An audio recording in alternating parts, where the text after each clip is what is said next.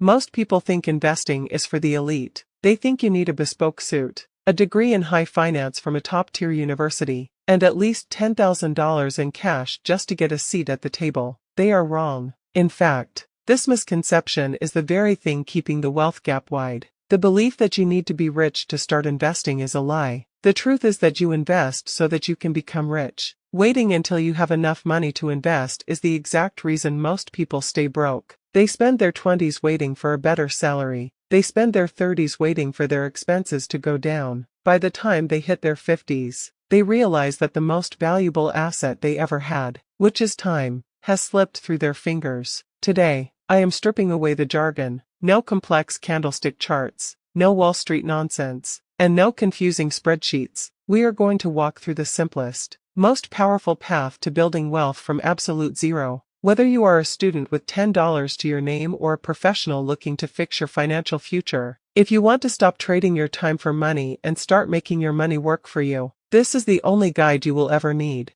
Step 1. The inflation trap. First, we have to address the savings trap. We were taught by our parents and our teachers to save our money. Put it in a piggy bank. Put it in a savings account. Watch the numbers sit there. But here is the cold, hard truth. If you have your money sitting in a traditional bank account, you are not saving. You are losing. To understand why, you have to understand inflation. Inflation is the silent thief. It is the reason a loaf of bread cost 10 cents 50 years ago and costs several dollars today. With the cost of living rising every year, your $1,000 today will buy significantly less next year. If inflation is at 5% and your bank account is paying you nearly zero interest, you are effectively losing 5% of your purchasing power every single year. You are working hard for your money, but your money is dying while it sleeps. Investing is not a hobby. It is a survival mechanism for your future. To thrive in the modern economy, you must understand the difference between assets and liabilities. This is the foundation of wealth psychology. An asset is something that puts money into your pocket while you sleep. A liability is something that takes money out of your pocket. Most people spend their lives collecting liabilities like expensive cars, latest gadgets, and subscription services, thinking they are building a life. The wealthy spend their lives collecting assets.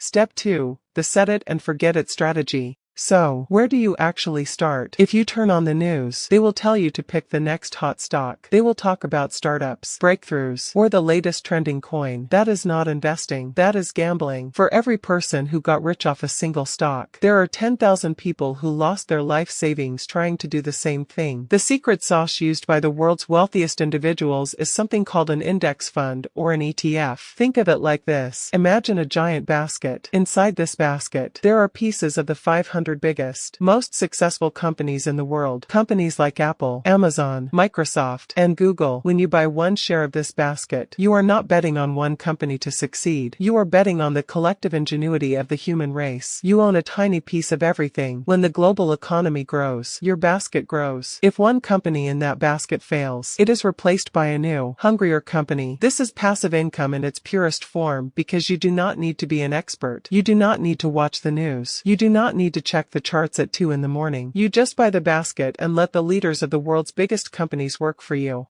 Step 3. The math of millions. Let's talk about the math. Because the math does not have an ego and it does not lie. Most people think you need to invest thousands a month to see a change. Let's look at a simple scenario. If you invest just $200 a month, which is the cost of a few takeout meals, and you get an average 8% annual return, which is the historical average of the stock market over the last century, look at what happens. In 10 years, you have about $35,000. In 20 years, you have over $110,000. But by year 30, you are sitting on over $280,000. But here is where it gets interesting. If you look at that $280,000, you only actually contributed $72,000 of your own money over those 30 years. The other $200,000 came from the magic of compound interest. This is what experts call the eighth wonder of the world. It is interest earning interest. Your money has babies, and then those babies have babies. The snowball starts small, and for the first few years, it feels like nothing is happening. But once that snowball gains mass, it becomes an unstoppable force. The most important factor in this equation is not how much money you have. It is how much time you have.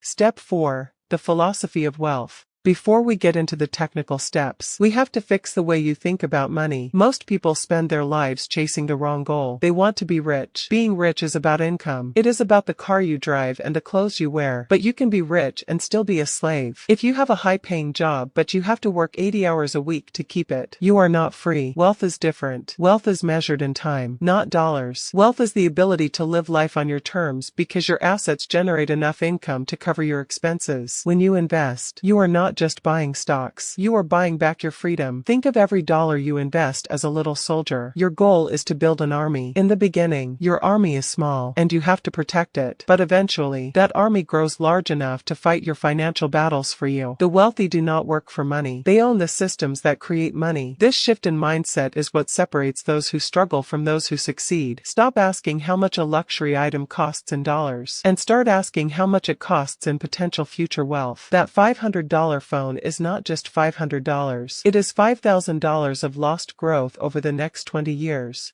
Step 5. Decoding the terminology. One of the biggest barriers to investing is the language. Wall Street uses complicated words to make you feel like you need to hire them. Let's break down the only terms you actually need to know. First, let us talk about a bull market versus a bear market. A bull market is simply a period when stock prices are rising and everyone feels optimistic. A bear market is when prices are falling, usually by 20% or more. Here is the secret. Beginners fear bear markets, but wealthy investors love them. A bear market is just a giant sale. It is the only time in the world where people run out of the store when things go on 50% off. Next is dividends. Think of a dividend as a thank you note from a company. When a company makes a lot of profit, they often take a portion of that cash and send it directly to their shareholders. You get paid just for owning the stock. When you are a beginner, you should set your account to reinvest dividends. This means instead of taking the cash, you automatically buy more shares, which creates even more dividends. Then there are expense ratios. This is just a fee. Every index fund has a small fee to keep it running. If an expense ratio is high, it can eat up half of your total wealth over 30 years. You want to look for low-cost funds. Finally, let us talk about volatility versus risk. Volatility is the price moving up and down in the short term. It is like the waves on the ocean. Risk is the permanent loss of money. If you invest in the top 500 companies in the world through an index fund, you have volatility, but the long-term risk of the entire economy going to zero is nearly non-existent. Step 6. The financial minefield and common scams. As you start your journey to wealth, you need to realize that you now have a target on your back. The moment you start searching for investing tips, the algorithms will start showing you ads for people promising to make you rich overnight. You must develop a scam radar. In the financial world, if something sounds too good to be true, it is a lie. 100% of the time, the most common scam you will encounter is the guaranteed return scam. Someone will tell you they have a secret algorithm, a special bot, or a private signal group that guarantees a 2% return every single day. Let us do the math. If someone actually had a system that guaranteed 2% a day, they would be richer than the wealthiest people on earth combined within a few years. They would not be selling you a course for $99. They are selling you a dream so they can steal your reality. Then there are the pump and dump schemes. This is where a group of people pick a tiny, unknown asset and start hyping it up on social media. They tell you it is going to the moon. As people like you buy in, the price goes up. Once it hits a peak, the scammers sell everything they own. The price crashes to zero, and you are left with nothing. Real investing is boring. It is slow. It is like watching grass grow. If someone is trying to make your heart race with excitement or fear of missing out, they are not an investor. They are a salesman. To protect yourself, stick to the big 3 rules of safety. First, only use well-known, regulated brokerage app. Second, never send your money to a manager you met on social media. Third, remember that the stock market is a place to build wealth over decades, not a lottery ticket. By staying in the boring lane of index funds, you bypass the minefield where most beginners lose their money. Step 7. The psychology of the first $10,000. There is a legendary quote from billionaire investors saying that the first $100,000 is a nightmare, but you have to do it. For most of us, that first major milestone is actually the $10,000 mark. This is the hardest part of the entire journey. Why? Because in the beginning, the math is working against your motivation. When you have $100 invested and the market has a great day and goes up by 1%, you made $1. You look at that $1 and then you look at the effort it took to save that 100, and your brain tells you that this is not working working. This is the valley of disappointment. This is where most people quit. They feel like they are pushing a massive granite boulder across a flat field. Every inch feels like a mile of effort. But something changes when you hit $10,000. Suddenly, that same 1% move is $100. That is real money. That covers a grocery bill or a tank of gas. You start to see that your army is actually winning small battles without you. You move from the accumulation phase where you are doing all the work to the momentum phase where the money starts to help. The psychology of the first 10,000 is about discipline over excitement. You have to be okay with the fact that for the first year or two, your account balance will mostly reflect how much you saved, not how much you earned in interest. Once you cross that $10,000 line, your mindset shifts from I am trying to invest to I am an investor. You have proven to yourself that you can delay gratification, and that is the single most important trait of a millionaire. The boulder is finally starting to roll on its own. Step 8. The silent wealth killer. We have talked about how to grow your money, but we have not talked about who is trying to take it. In the world of investing, there is a silent thief called the expense ratio. To understand the math of fees, you have to realize that fees are charged on your total balance, not just your profits. If you have $100,000 and the market stays flat for a year, you still owe that fee over 30 years. A 1% fee does not just take 1% of your money. It can take up to 30 or 40% of your final wealth because that money is no longer there to compound. Imagine two people investing the same amount. One picks a low-cost fund with a tiny fee. The other picks a fund with a high fee. Over a 40-year career, the person with the high fee could end up with hundreds of thousands of dollars less. They worked the same hours and saved the same amount, but the high fee stole their retirement. Always look for the lowest expense ratio possible.